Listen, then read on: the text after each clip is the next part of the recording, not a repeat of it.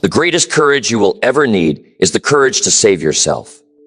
The strongest person you will ever become is the one who stops waiting for rescue and starts taking action. Most people spend their entire lives hoping someone will fix their problems, change their circumstances, or hand them the life they deserve. But that someone never shows up. You keep waiting for the perfect opportunity, the right support, or ideal conditions. Meanwhile, years pass and nothing changes. Here is the truth nobody wants to tell you. You are the hero of your own story. Nobody else can play that role for you. Nobody else has the power to transform your life the way you do. The moment you accept this responsibility is the moment everything shifts. If you are ready to stop being a victim of your circumstances and start being the creator of your future, then keep watching. Number 1, stop waiting for someone else to save you. Let me tell you something that changed my entire life when I finally understood it. Nobody is coming to rescue you. I know that sounds harsh and maybe even a little cruel, but it is the most liberating truth you will ever hear. For years, I watched people sit around waiting for the perfect opportunity to knock on their door. They waited for their boss to notice them. They waited for their spouse to change. They waited for the economy to get better. They waited for luck to finally swing in their direction. And you know what happened to most of them? They got old waiting. They got bitter waiting. They got disappointed waiting because the cavalry never showed up. The rescue team never arrived, and the person they were counting on to save them never came through. Here's what I learned the hard way. When you sit around waiting for someone else to fix your problems, you give away all your power. You become a victim of your own life story instead of the author of it. You hand over the pen that writes your future to someone who does not care about your dreams as much as you do. Think about that for a second. You are literally putting your happiness, your success, your peace of mind in the hands of people who have their own problems to deal with. Your boss is worried about his own career. Your friends are managing their own struggles. Your family members are fighting their own battles. Nobody has the time, energy, or even the ability to save you from yourself. And honestly, even if they wanted to help, they cannot do the work that only you can do. I remember sitting in my apartment years ago, broke and frustrated, thinking someone should help me out. I thought my employer should pay me more. I thought the government should create better opportunities. I thought my relatives should understand my situation and offer me money. I sat there feeling sorry for myself, building up resentment toward everyone who was not saving me. Then, one morning, I woke up and realized something profound. All that time I spent being angry at others for not rescuing me was time I could have spent rescuing myself. All that energy I wasted complaining about what other people were not doing for me was energy I could have invested in changing my own circumstances. That was the day everything shifted. That was the day I stopped being a passenger in my life and became the driver. You have to understand something fundamental about human nature. People are not against you. They are just for themselves. Everyone is trying to survive their own challenges. Your coworker is not trying to sabotage you. He is just focused on his own promotion. Your friend is not ignoring your calls because she does not care. She is dealing with her own crisis. The world is not conspiring against you. It is just busy with its own agenda. Once you accept this reality, you stop feeling betrayed every time someone fails to save you. You stop expecting others to carry burdens that belong on your shoulders. You stop waiting for permission to start living the life you want. The moment you decide to be your own hero is the moment you take back control. You stop checking your phone, hoping someone will text you the answer. You stop refreshing your email, waiting for the opportunity of a lifetime to appear. You stop looking out the window, hoping things will magically get better. Instead, you look in the mirror and have an honest conversation with yourself. You ask yourself the hard questions. What am I avoiding? What am I afraid of? What am I afraid of? What actions have I been postponing? because I was hoping someone else would do them for me. This is uncomfortable territory because it forces you to acknowledge that maybe you have been your own biggest obstacle. Maybe the person who needs to save you has been standing right in front of you the whole time. Let me give you a real example from my own journey. I used to wait for someone to give me the perfect job. I thought if I just stayed patient and loyal, someone would recognize my potential and hand me success. Years went by. Nothing happened. Then I realized something crucial. Nobody owes me a better life. Nobody is responsible for my dreams except me.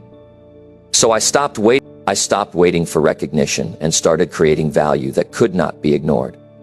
I stopped hoping for change and started being the change. And you know what happened? My life transformed. Not because someone finally saved me, but because I saved myself. Here is the truth about waiting for rescue. Every day you wait is a day you stay stuck. Every hour you spend hoping someone else will fix your situation is an hour you lose forever. Time does not care about your excuses. Life does not pause because you are not ready. The world keeps moving whether you participate or not. And while you are sitting on the sidelines waiting for your moment, other people are out there creating their moments. They are not smarter than you. They are not luckier than you. They just stopped waiting for permission and started taking action. They became their own heroes instead of looking for someone else to wear the cape. I want you to think about the areas of your life where you are still waiting. Maybe you are waiting for your partner to make you happy instead of creating your own happiness. Maybe you are waiting for your income to increase instead of increasing your value in the marketplace. Maybe you are waiting for the perfect conditions to start your project instead of starting with what you have right now. Whatever it is that waiting is costing you, it is costing you opportunities. It is costing you growth. It is costing you the life you could be living right now. And the saddest part is that the person you are waiting for might never come. The rescue you are hoping for might never happen. And by the time you realize that, you will have wasted years of your precious life. Being your own hero does not mean you never ask for help. It does not mean you refuse support when it is offered. It means you stop making your progress dependent on someone else showing up. It means you stop blaming others for where you are and start taking responsibility for where you are going. It means you wake up every morning knowing that your success or failure rests on the decisions you make today. Not on what your boss does, not on what the economy does, not on what your circumstances look like, but on what you choose to do despite all of that. This is the mindset that separates people who achieve their dreams from people who die with regrets. So stop checking your phone for the message that will change your life. Stop waiting for someone to discover your talent. Stop hoping that circumstances will magically align in your favor. The person who will save you is reading these words right now. The hero you have been waiting for is you. And the moment you accept that responsibility is the moment your real life begins. No more excuses, no more delays. No more waiting for someone else to give you permission to become who you were meant to be. Today is the day you stop being the victim and start being the victor. Today is the day you rescue yourself. Number 2, take full responsibility for your life right now. This is where most people lose the game before it even starts. They walk around pointing fingers at everyone and everything except themselves. It was their parents who messed them up. It was their teacher who never believed in them. It was their ex who broke their heart. It was the bad economy that ruined their chances. It was the unfair system that held them back. And while they are busy building this long list of who is to blame, their life stays exactly the same. Nothing changes. Nothing improves. Nothing moves forward. Because you cannot fix what you refuse to own. You cannot change what you keep blaming on someone else. And you will never have the power to create a better future as long as you keep giving away responsibility. I learned this lesson in a painful way. I used to blame my childhood for everything wrong in my adult life. I blamed my lack of education for my poor income. I blamed my circumstances for my limited choices. And every time something went wrong, I had a ready-made excuse. It was not my fault. I did not have the advantages other people had. I did not get the breaks they got. And you know what? All that blaming got me. Absolutely nothing. It kept me small. It kept me stuck. It kept me in the same place year after year. Because when you blame external factors for your problems, you become powerless to solve those problems. You hand over all your strength to things outside your control. You become a leaf blowing in the wind instead of the wind itself. Taking responsibility is not about beating yourself up for past mistakes. It is not about carrying guilt for everything that has ever gone wrong.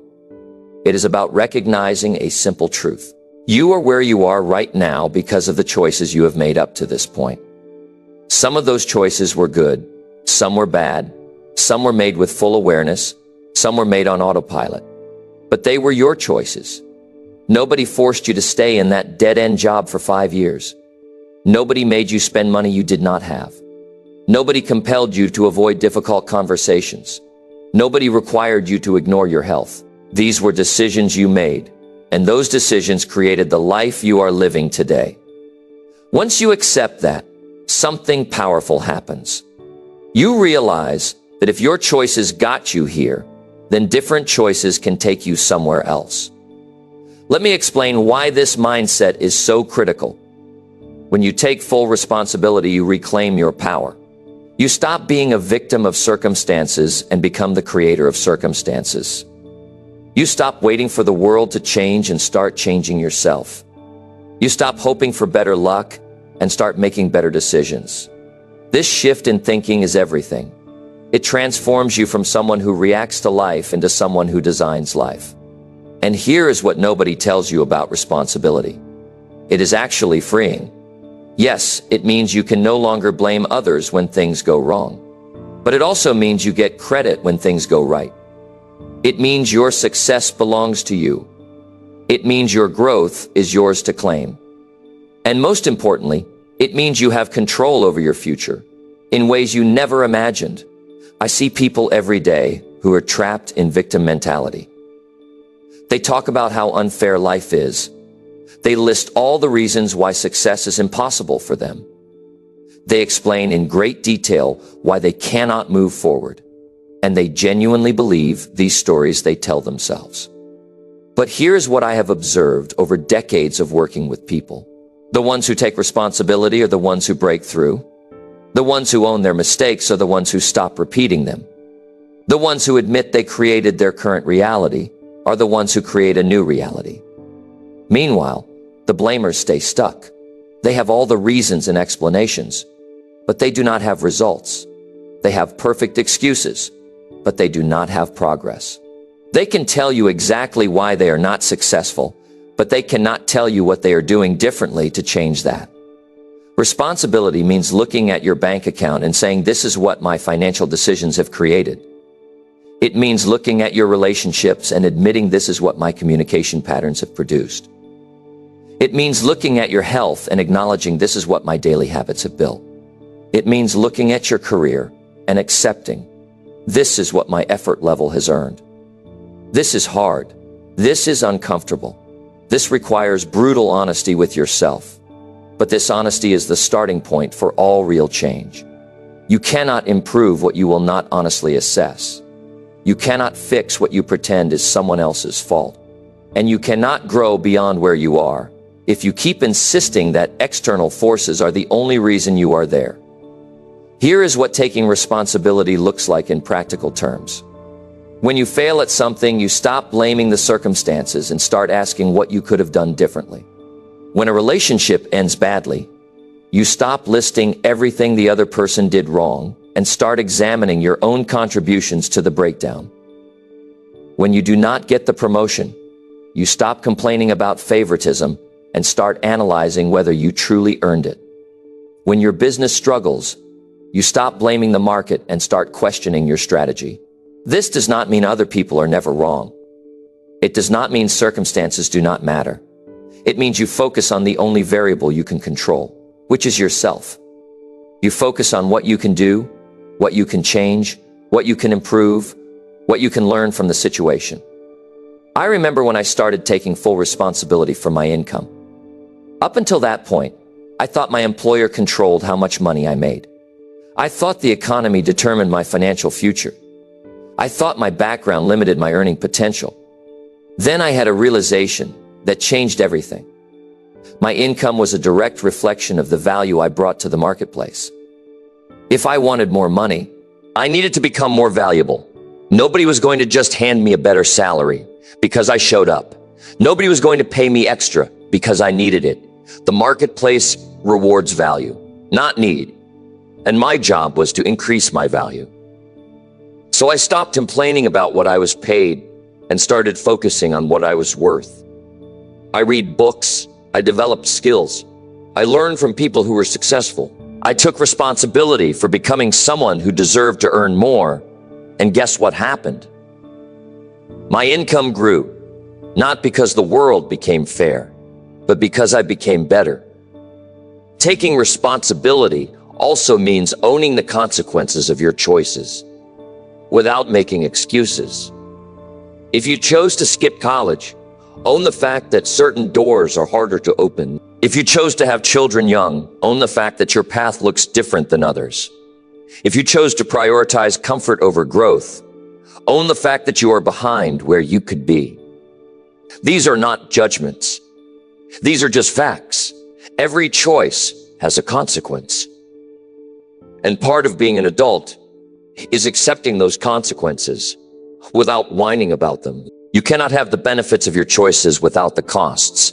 You cannot eat poorly for 20 years and then complain that getting healthy is hard. You cannot neglect your relationships and then act shocked when people leave. You cannot avoid difficult work and then wonder why success eludes you. Cause and effect do not care about your feelings. They just exist. And the sooner you accept that your actions create your outcomes, the sooner you can start taking different actions that create different outcomes. The people I respect most are the ones who look their failures straight in the eye and say, I did this. I made these choices. I created this mess. And now I am going to clean it up. They do not waste time looking for sympathy. They do not spend energy building elaborate explanations for why they are not where they want to be. They simply own their current position and get to work improving it. They understand that blame is expensive. It costs you time, energy, and opportunities. It keeps you focused on the past instead of building the future. It makes you weak instead of strong. And it guarantees you will repeat the same mistakes because you never learned the real lesson, which is that you are the common denominator in all your life situations. Right now, today, you can make a decision that changes everything. You can stop blaming your past for your present. You can stop holding your parents responsible for who you are as an adult. You can stop using your circumstances as an excuse for your choices. You can stop waiting for someone to acknowledge that you had it harder than others. None of that matters anymore. What matters is what you do from this moment forward. What matters is the responsibility you take starting right now, not tomorrow. Not tomorrow, not next week, not when conditions are perfect right now. And in this moment, you get to decide whether you will continue being a victim of your past or become the architect of your future. That decision is yours to make, and nobody else can make it for you. Number 3, build the courage to face your fears alone. Nobody talks about how lonely courage actually is. We see the highlight reels of people who made it, but we do not see the nights they spent staring at the ceiling, wondering if they were making the right choice. We hear about their victories, but we do not hear about the moments when they stood at the edge of something terrifying with nobody beside them. Here's what I discovered about courage. It is not loud. It is not flashy. It is not about having people cheering you on. Real courage happens in the quiet moments when you decide to do the hard thing, even though every part of you wants to run away. It happens when you face your demons alone, because nobody else can fight those battles for you. And it happens when you realize that waiting for support before you act means you will never act at all. Fear is a tricky thing. It disguises itself as logic. It makes you believe that hesitation is wisdom. It convinces you that postponing action is just being smart. I have watched people talk themselves out of incredible opportunities because they were afraid. They said they needed more time. They said they needed more money. They said they needed more support.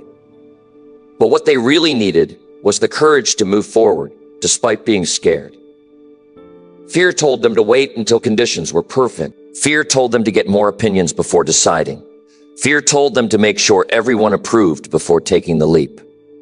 And you know what happened? They waited so long that the opportunity disappeared. They consulted so many people that they lost touch with their own inner voice. They sought so much approval that they forgot what they actually wanted. Let me share something personal. There was a time in my life when I had to make a huge decision.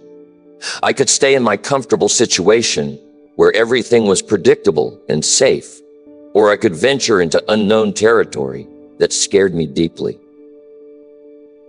I talked to friends, I talked to family, I talked to colleagues, and you know what? I got 20 different opinions. Some people told me to play it safe. Some people told me to go for it. Some people projected their own fears onto my situation. Some people gave me advice based on their regrets.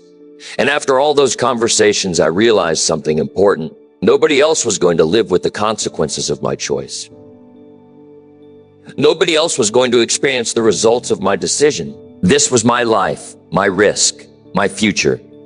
And I had to face it alone. That was terrifying. But it was also necessary. Facing your fears alone does not mean you reject help or ignore advice. It means you stop using other people as shields between you and what scares you. It means you stop hiding behind group consensus when you need to make individual choices. It means you accept that some battles are yours to fight without backup. Think about the big fears in your life right now. Maybe it is the fear of starting over. Maybe it is the fear of being rejected. Maybe it is the fear of failing publicly. Maybe it is the fear of succeeding and having to maintain that success. Whatever it is, that fear grows stronger every time you avoid confronting it. It feeds on your hesitation. It gets bigger with each excuse you make.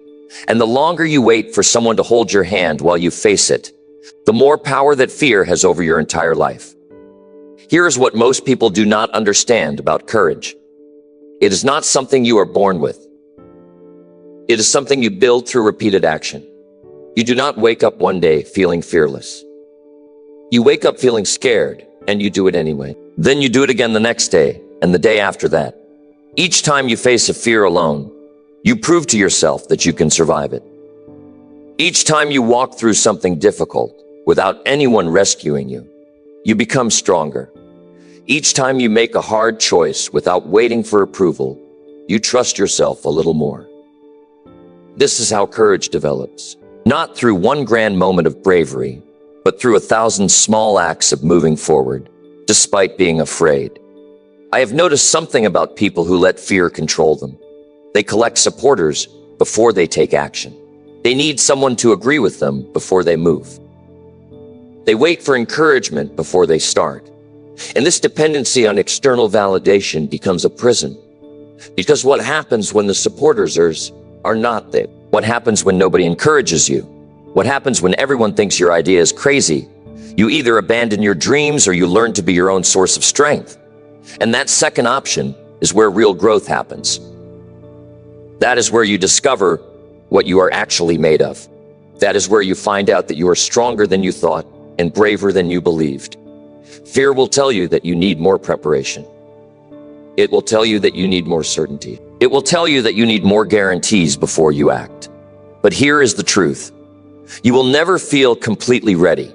You will never have total certainty. You will never get all the guarantees you want. Life does not work that way. At some point, you have to jump even when you cannot see the landing. You have to speak even when your voice shakes. You have to try even when failure is possible. And you have to do these things alone because that is the only way they count. Doing something brave with a crowd behind you is easier. Doing something brave when you are the only one who believes in it is when you truly become your own hero. Let me tell you what changed for me when I stopped avoiding my fears. I started small. I did not try to conquer my biggest terror right away. I picked something that scared me, but was manageable. Maybe it was having a difficult conversation I had been avoiding. Maybe it was applying for something I thought I was not qualified for. Maybe it was saying no when I wanted to say yes just to keep the peace. Whatever it was, I did it alone. I did not tell everyone about it first. I did not seek permission. I did not wait for the perfect moment. I just did it, and something shifted inside me. I realized that I could handle discomfort. I learned that fear was not going to kill me. I discovered that on the other side of the scary thing was growth. And each time I faced a fear alone, the next fear became a little less intimidating. The problem with waiting for company before facing your fears is that you give away your power. You make your courage dependent on someone else being available. You tie your progress to someone else's schedule. You limit your growth to what feels comfortable to other people. And this keeps you small. It keeps you stuck. It keeps you from discovering your true capacity. Because when you face something alone and you survive it, you learn something invaluable. You learn that you do not need anyone to make you brave. You learn that you carry your own strength. You learn that you are more capable than you ever imagined. And that knowledge changes everything.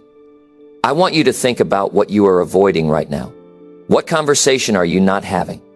What opportunity are you not pursuing? What truth are you not facing? And ask yourself honestly, are you waiting for someone to go with you?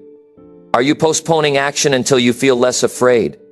Are you hoping that if you wait long enough, someone will do it for you? Because that waiting is costing you every day. You avoid your fear is a day that fear controls you. Every week you postpone facing reality is a week you stay stuck. Every month you wait for courage to magically appear is a month you lose forever.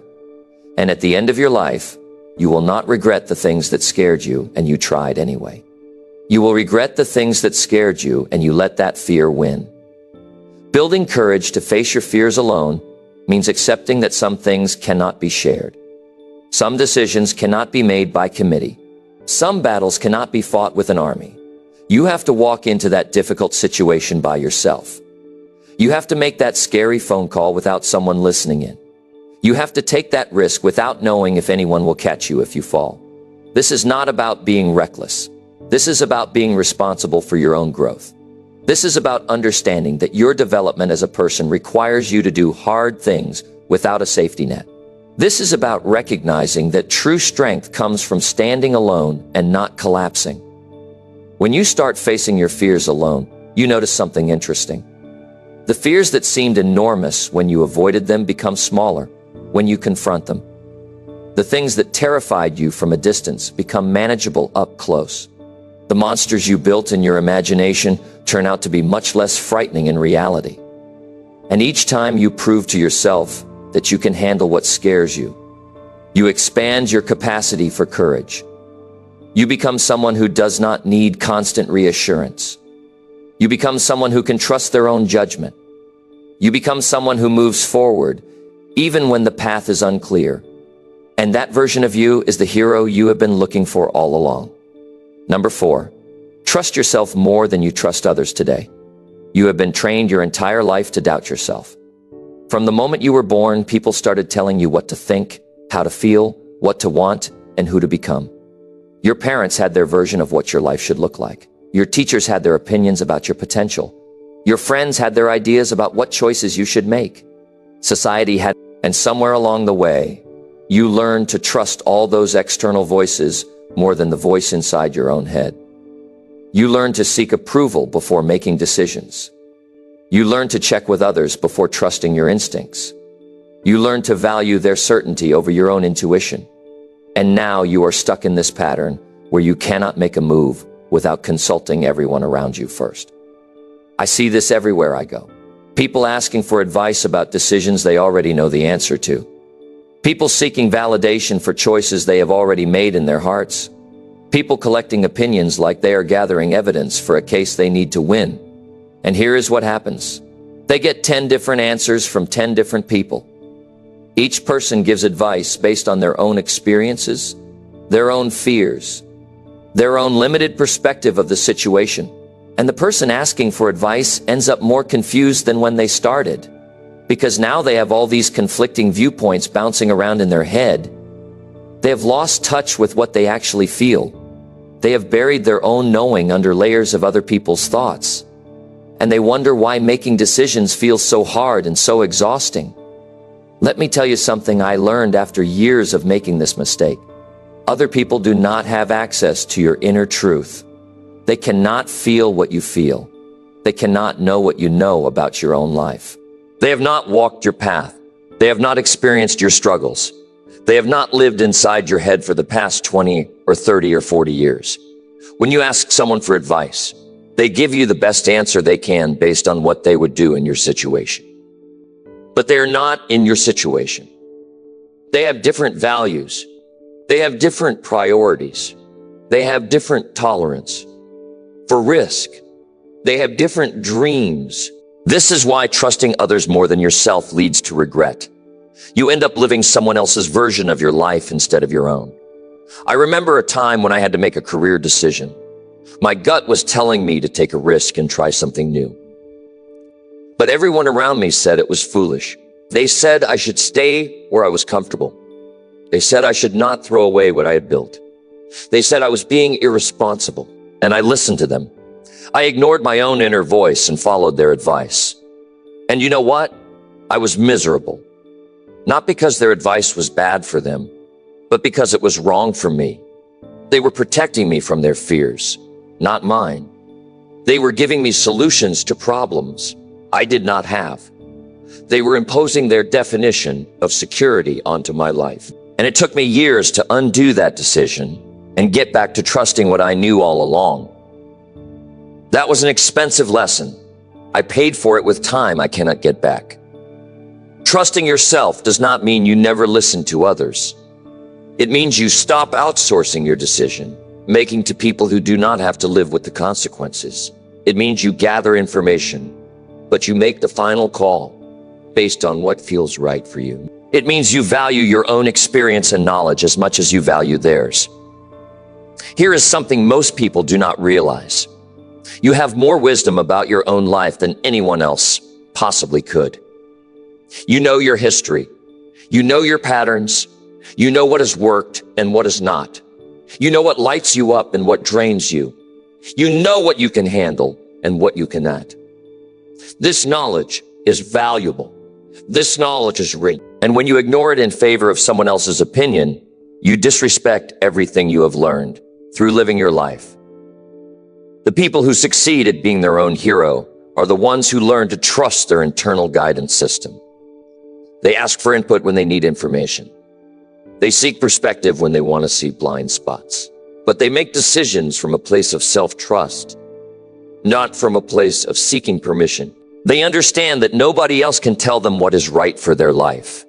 Nobody else can access the deep knowing that exists inside them. Nobody else has the complete picture of who they are and what they want.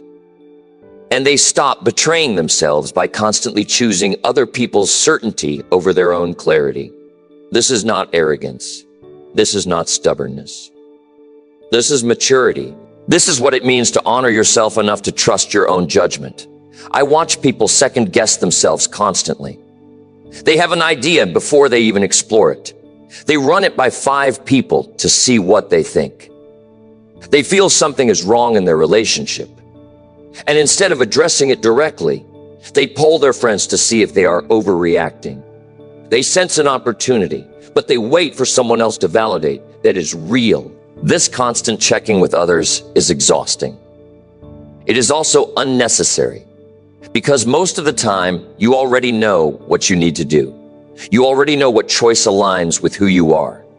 You already know what path feels right. But you have been conditioned to distrust that knowing. You have been taught that your gut feeling is not enough. You have been trained to believe that wisdom only comes from outside sources. And this belief keeps you dependent on others for your own life direction. Here's what happens when you start trusting yourself more. You make faster decisions. You waste less time asking everyone what they think. You stop getting paralyzed by conflicting advice. You move with confidence because you are following your own compass, not trying to follow 10 different maps at once. You also make mistakes. Yes, trusting yourself means sometimes you will be wrong. But those mistakes become your teachers. You learn from them. You adjust. You get better at reading your own signals. And even when you make the wrong choice, at least it was your choice. At least you are learning from your own experience, instead of living according to someone else's rule book. This is how you develop real wisdom. This is how you become someone who knows themselves deeply. This is how you grow into the person you were meant to be. The truth is, other people have agendas that have nothing to do with you. They want you to make choices that make them comfortable. They want you to stay in the version of you that they understand. They want you to play it safe because your risks make them question their own choices. This is not because they are bad people. This is just human nature. People project their own limitations onto others. They share advice through the filter of their own fears. They recommend caution because they regret being bold, or they push you to take risks because they regret playing it safe. Either way, their advice is about them, not about you. And when you trust their voice more than your own, you end up living a life designed by committee. Which means you end up living a life that satisfies no one, including yourself. I want you to start paying attention to how often you check with others before trusting yourself. Notice how often you already know what you want to do, but you seek validation anyway. Notice how often you ignore your gut feeling because someone else said something different. Notice how often you abandon your own clarity because someone planted doubt in your mind. This awareness is the first step. Once you see the pattern, you can start changing it.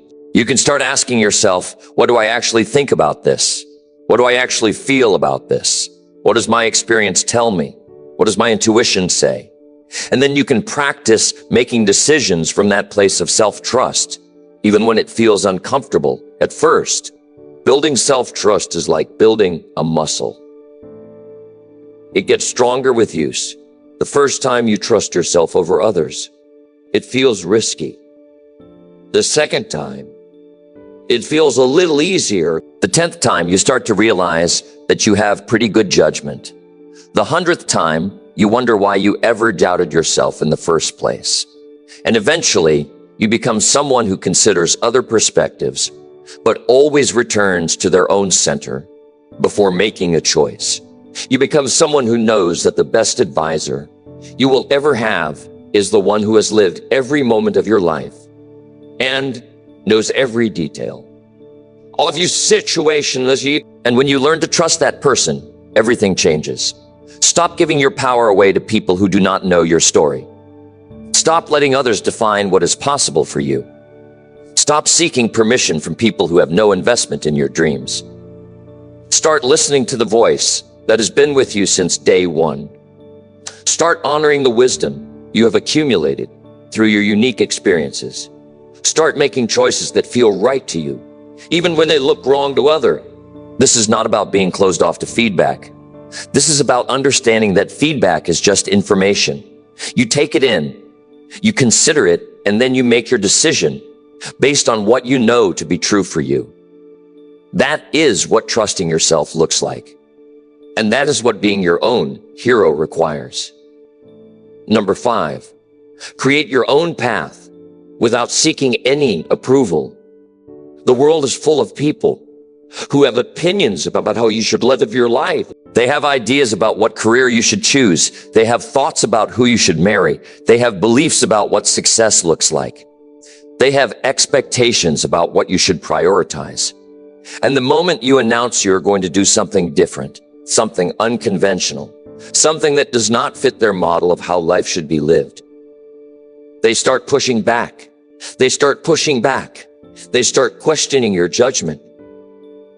They start listing all the reasons why your idea. They start reminding you of everyone who tried something similar and failed. And if you are not careful, you will let their lack of vision for your life become your limitation. I learned something powerful early in my journey.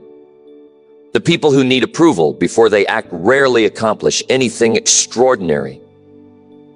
Because extraordinary, by definition, means outside the ordinary. It means different from what most people do. It means taking a route that does not have a clear precedent. And when you try to get approval for something that breaks the mold, you are asking people who live inside the mold to validate your decision to step outside of it. That makes no sense. You are asking people who chose safety to approve your choice to take risks. You are asking people who followed the traditional path to give you permission to create a new one. You are asking people who never dared to dream big to support your big dreams. And then you wonder why they try to talk you out of it.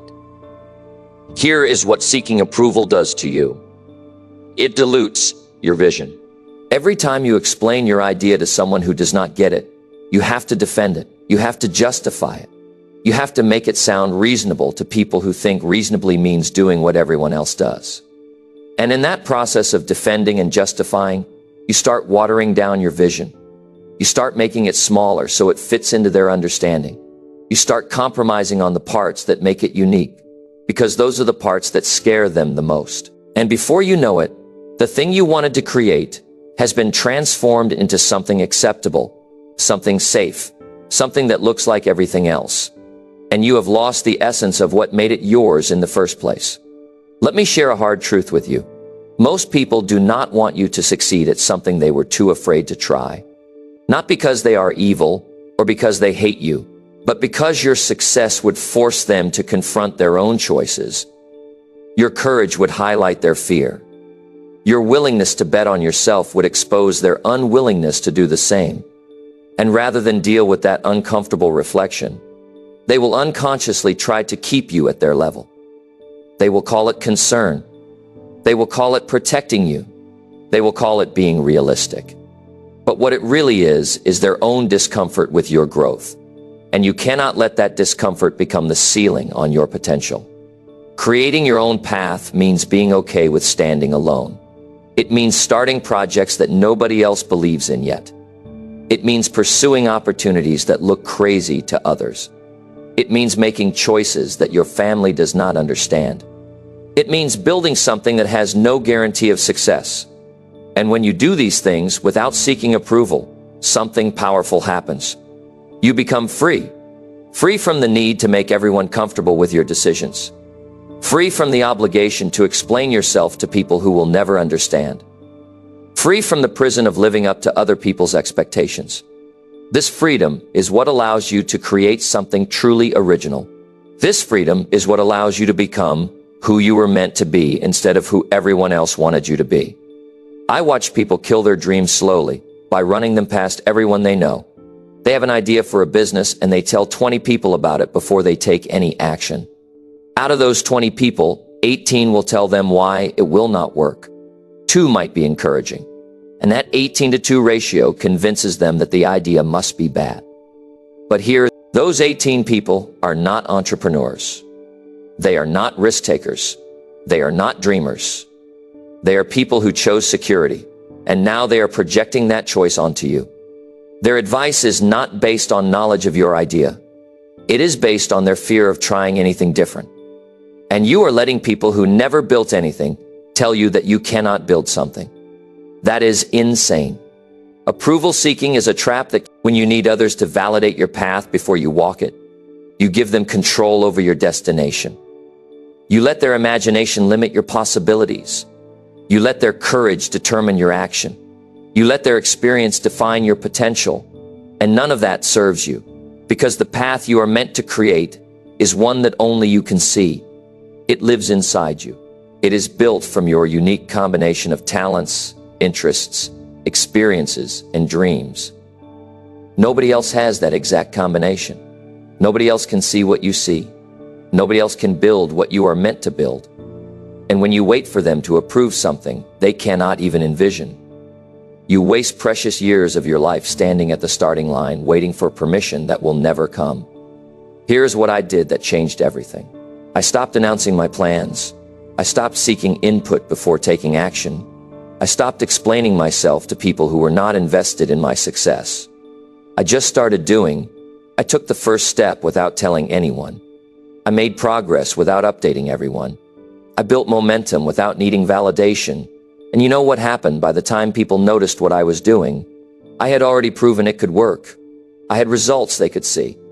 And suddenly the same people who would have talked me out of it at the beginning were telling me how smart I was for doing it. This taught me that people respect results more than they respect ideas.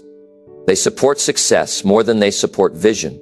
And waiting for their support before you have results means you will never get started. Creating your own path without approval means you will face criticism. People will say you are being irresponsible. People will say you are wasting your potential. People will say you are making a mistake.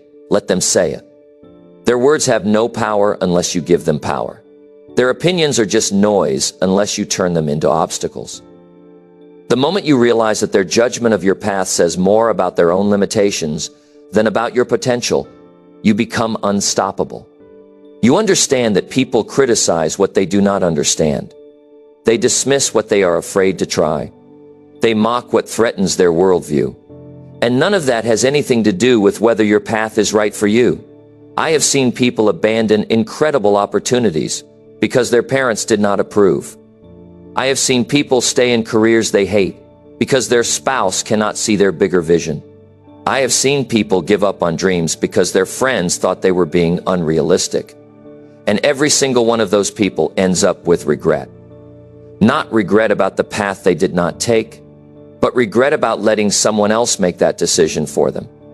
Because when you give up on your path to please others, you do not just lose the opportunity, you lose respect for yourself. You prove to yourself that other people's comfort matters more than your own happiness. You teach yourself that their approval is more valuable than your own fulfillment. And that lesson is poisonous. It seeps into every area of your life. It makes you smaller. It makes you weaker.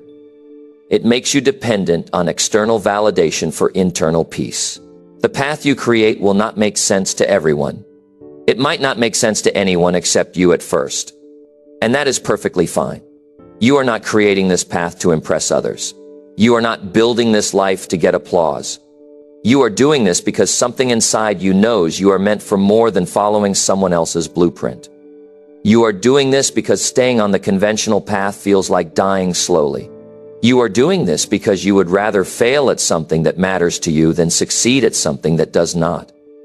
And when you operate from that place of deep personal truth, approval becomes irrelevant.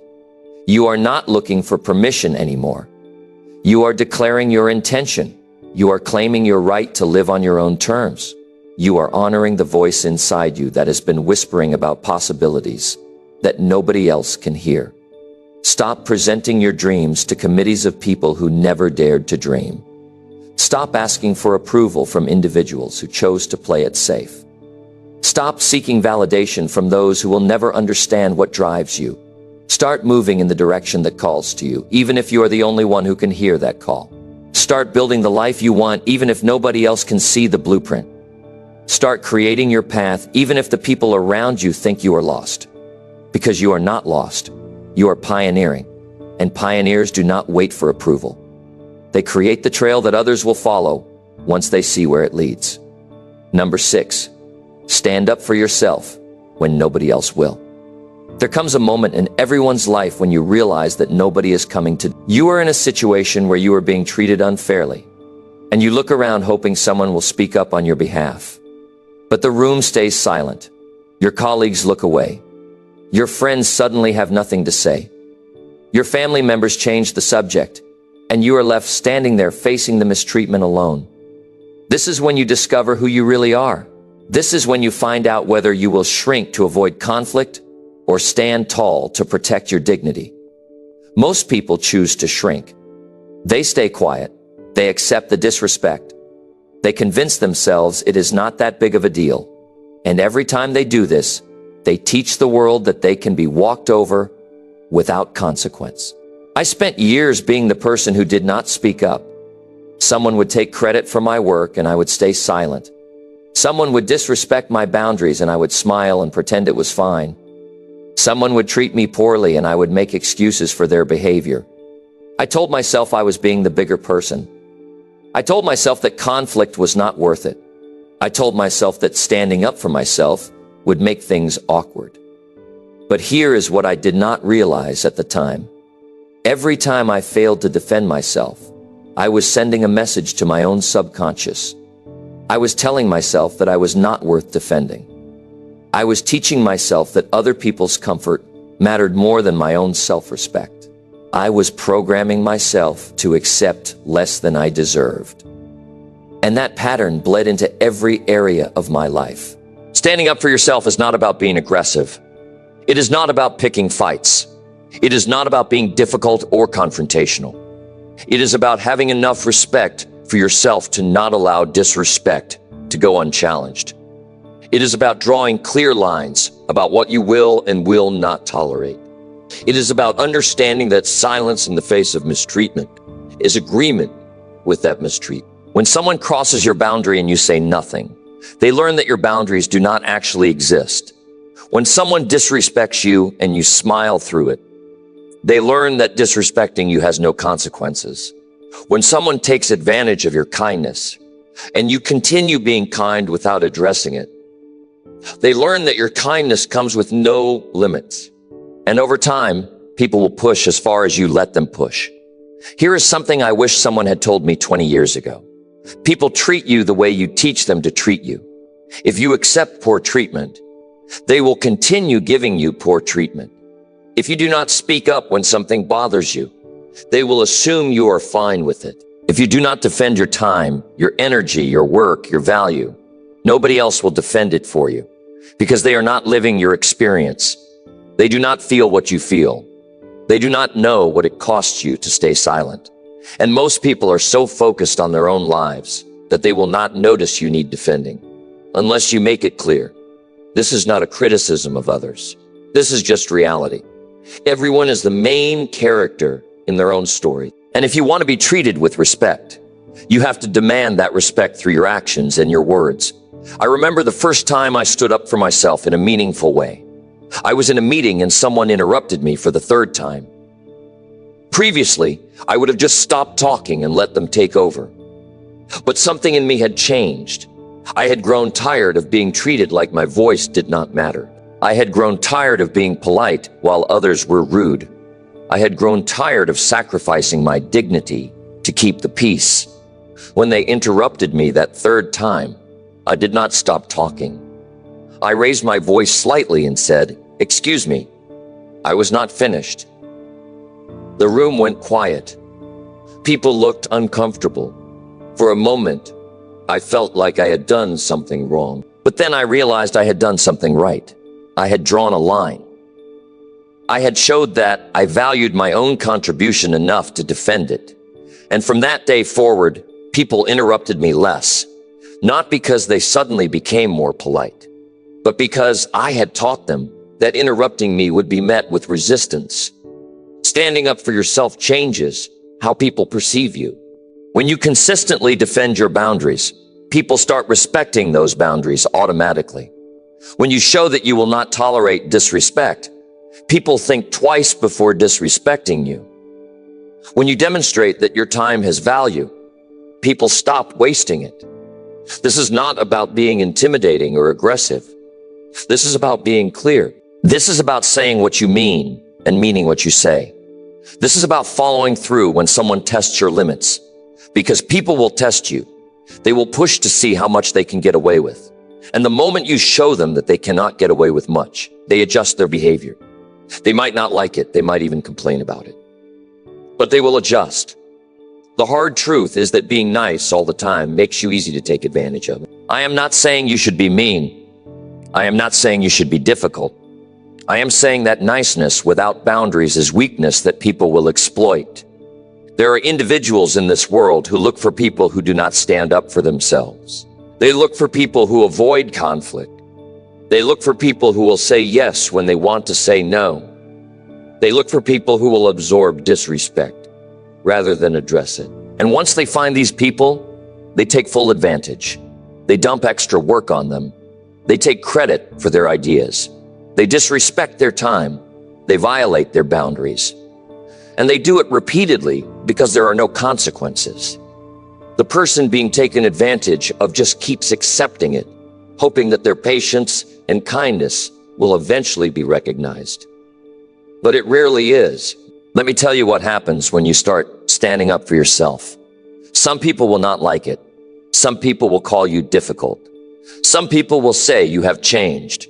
And you know what? They're right. You have changed. You have stopped being a doormat. You have stopped being convenient for people who were using you.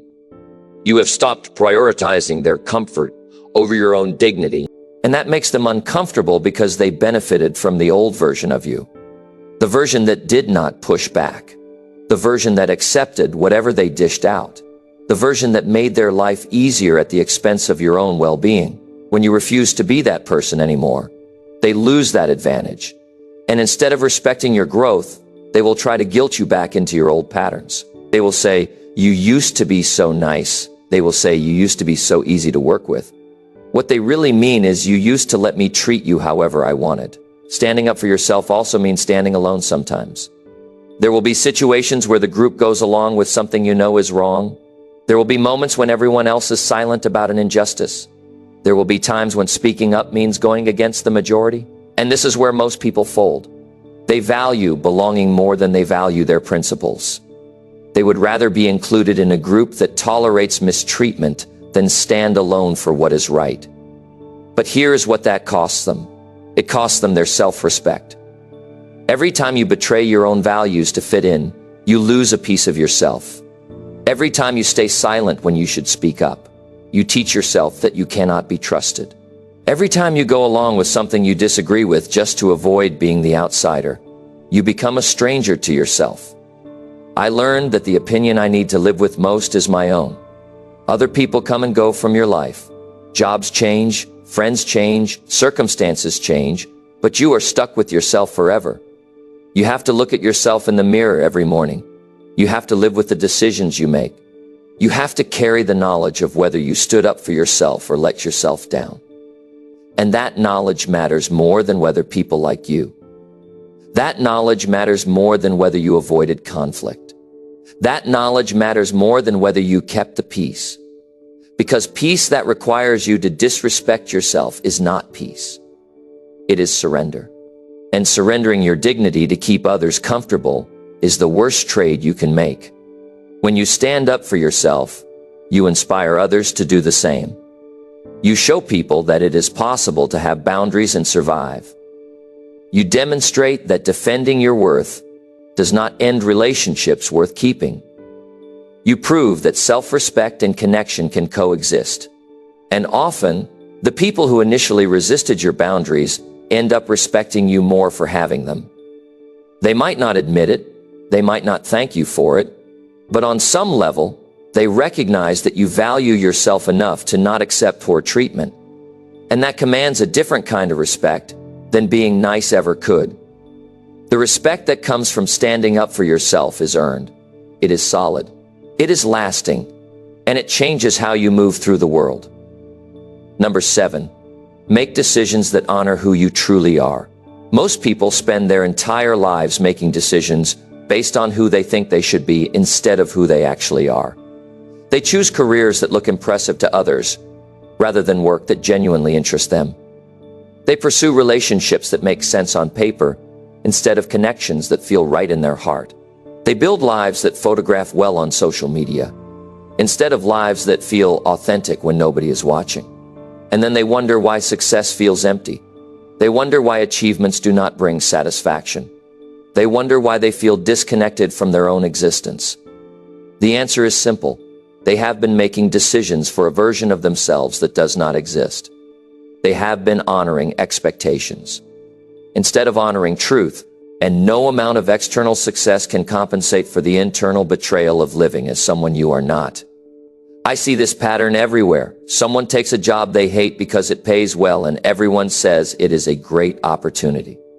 Someone stays in a relationship that drains them because leaving would disappoint their family. Someone pursues a degree in a field they have no passion for because their parents always dreamed of having a doctor or lawyer in the family. Someone moves to a city they dislike because that is where the opportunities are supposed to be. And with each decision that ignores their true nature, they move further away from themselves. They build a life that looks good from the outside but feels wrong on the inside. They achieve things that impress others but leave them feeling hollow. They become successful at being someone they never wanted to be in the first place. Let me share something that took me years to understand.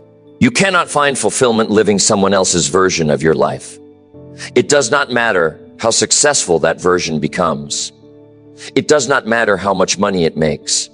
It does not matter how many people approve of it. If it is not aligned with who you actually are, it will always feel like wearing clothes that do not fit. You might be able to force yourself into them.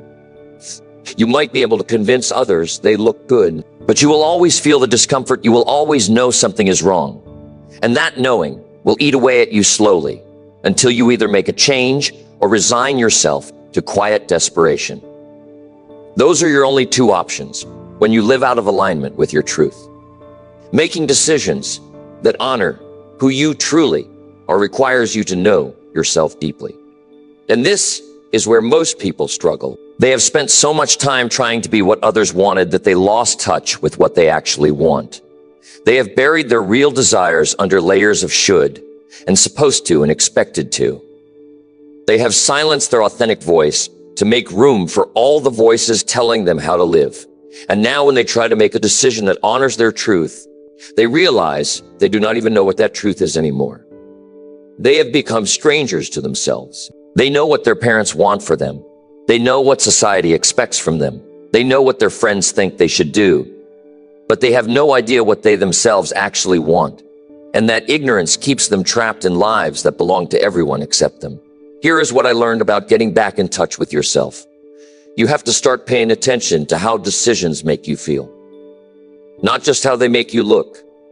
When you consider a choice, notice what happens in your body. Does it create excitement or dread? Does it feel expansive or constrictive?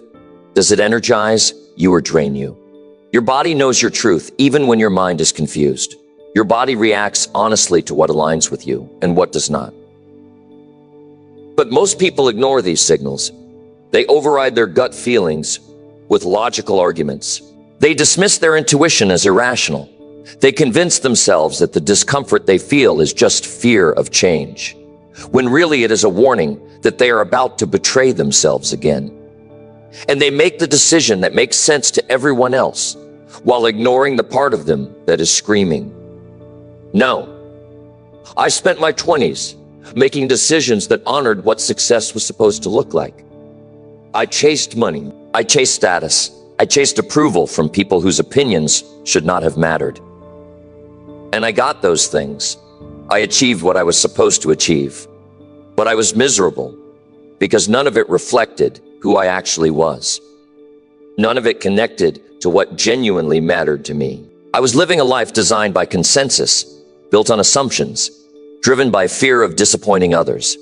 And every morning I woke up feeling like I was playing a role instead of living my life. That feeling of inauthenticity is exhausting.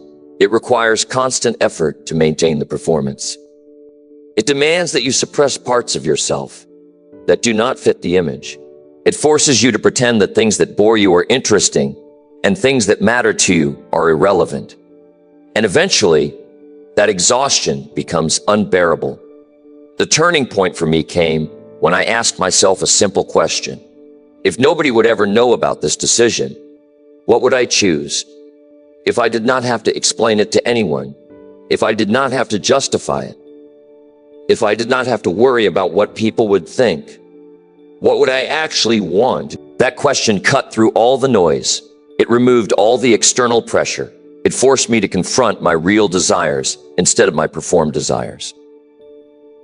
And the answer that came up was completely different from the path I was on. That answer scared me. It looked irresponsible. It seemed risky. It did not match what people expected from me. But it was true. It was honest. It was mine. And making decisions from that place of truth changed everything. When you make decisions that honor who you truly are, you stop seeking validation because the validation comes from within. You know the choice is right because it feels right, not because others agree with it. You move through life with a sense of integrity that external approval can never provide. You sleep better at night knowing you are being honest with yourself, even if that honesty disappoints others. And you start attracting different kinds of opportunities. When you stop pretending to be someone you are not, you stop attracting situations meant for that false version of you. You start drawing in experiences, people, and opportunities that match your authentic self. And suddenly life becomes easier because you are no longer fighting against your own nature. Here is what most people do not realize. The cost of dishonoring yourself in your decisions is higher than any benefit you gain from people pleasing. Yes, you might avoid disappointing your parents, but you pay for that by disappointing yourself every single day. Yes, you might maintain certain relationships, but you pay for that by losing your relationship with yourself. Yes, you might achieve conventional success, but you pay for that by never knowing what success on your own terms would have felt like. These trade-offs are terrible. You are sacrificing your one shot at life to meet expectations that were never yours to begin with. You are giving up your authentic existence to play a part in someone else's story, and that is a tragedy. Making decisions that honor who you are also means accepting that some people will not understand. They will think you are making mistakes. They will question your judgment. They will try to convince you that you are throwing away good opportunities. Let them think that. Their understanding is not required for your authenticity. Their approval is not necessary for your alignment. Their agreement is not essential for your integrity. What matters is that you know yourself well enough to recognize when a decision fits who you are and when it does not.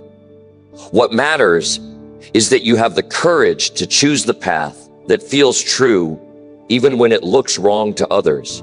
What matters is that at the end of your life, you can look back and say you lived according to your own values instead of someone else's blueprint. I have watched people spend decades in careers that never suited them. I have seen people stay in marriages that were wrong from the start. I have known individuals who built entire lives around what their culture expected, rather than what their heart desired. And every single one of them carried a sadness that no achievement could erase. A sense of having missed their own life while busy living for others. A feeling of having betrayed the person they could have been. A regret about all the decisions they made to keep others happy while making themselves miserable. This is what happens when you consistently dishonor yourself in your choices. You end up with a life that belongs to everyone except you. And that life, no matter how successful it looks, will never feel like home. Start making decisions from a place of self-knowledge instead of self-denial. Ask yourself what you actually want, not what you think you should want. Consider what aligns with your values, not what aligns with others' expectations. Choose paths that excite you, even if they confuse others, instead of self-denial. Build a life that feels authentic to you, even if it looks unconventional to them. Because being your own hero means having the guts to live as yourself in a world that constantly pressures you to be someone else.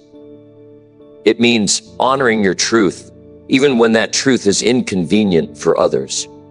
It means making choices that reflect your real priorities instead of your performed priorities. And it means accepting that the only life worth living is one that actually belongs to you. Number 8, turn your biggest setbacks into your greatest comebacks. Every successful person has a story about the time they failed spectacularly. They lost the business. They got fired from the job. They went bankrupt. They had their heart broken. They faced rejection after rejection. They watched their plans crumble. They experienced humiliation in front of people they wanted to impress. And in those moments, they had a choice. They could let that setback define them as a failure, or they could use it as fuel to build something greater.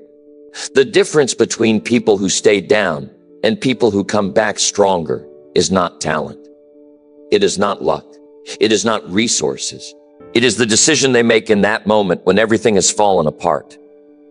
Do they give up or do they get up? Do they accept defeat or do they see it as redirection? Do they let the setback become their identity or do they transform it into their motivation? I learned something powerful during the lowest point of my life. Setbacks reveal who you are. Success can make anyone look good. Winning is easy to handle. Prosperity does not require much character. But when you lose everything, When your plans fail, when people count you out, that is when your real self emerges. Some people crumble under that pressure. They start making excuses. They start blaming circumstances. They start feeling sorry for themselves. They decide that the setback proves they were never meant to succeed. They use their failure as evidence that they should stop trying. And they spend the rest of their lives talking about what could have been if only things had gone differently. But other people do something remarkable. They look at the wreckage of their plans, and they see raw materials for something better. They examine what went wrong and extract lessons that make them wiser. They take the pain of failure and convert it into determination that makes them unstoppable. Here's what most people do not understand about setbacks. They are not punishment. They are preparation. Every major failure I have experienced taught me something I could not have learned any other way. When my first business collapsed, I learned that passion alone is not enough. You need systems. You need financial literacy. You need realistic planning. When I lost a key relationship, I learned about communication, about boundaries, about choosing partners more carefully.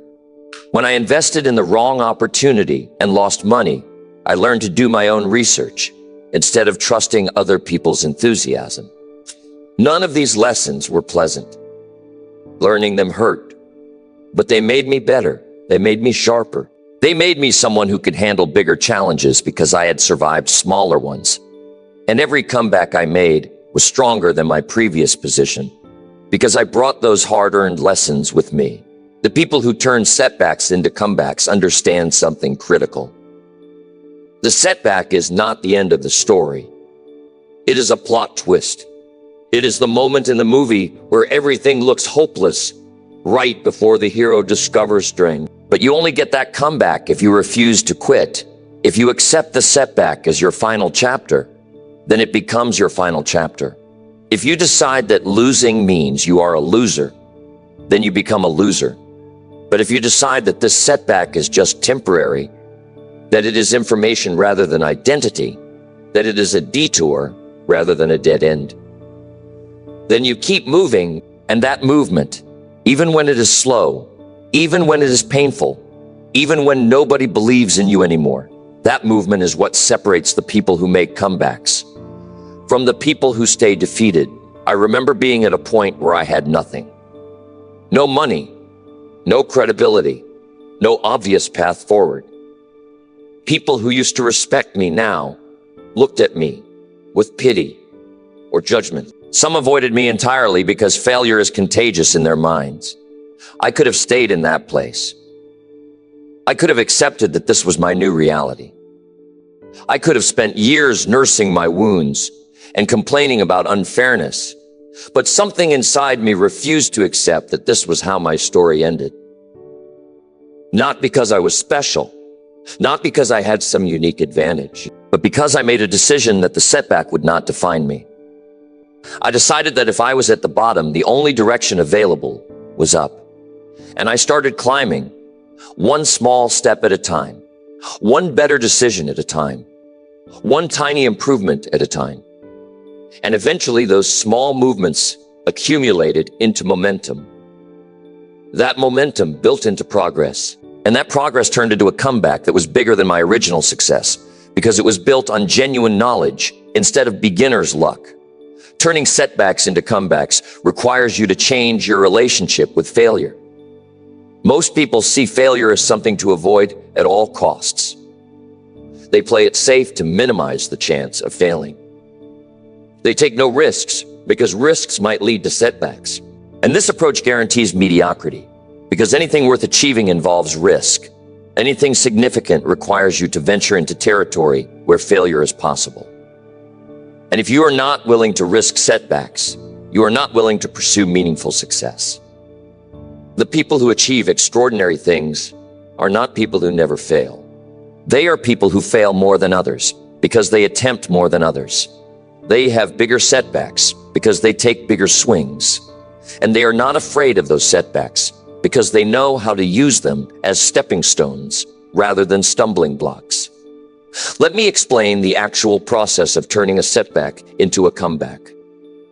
First, you have to stop pretending it did not hurt. Acknowledge the pain, feel the disappointment, recognize the loss, but put a time limit on the grieving.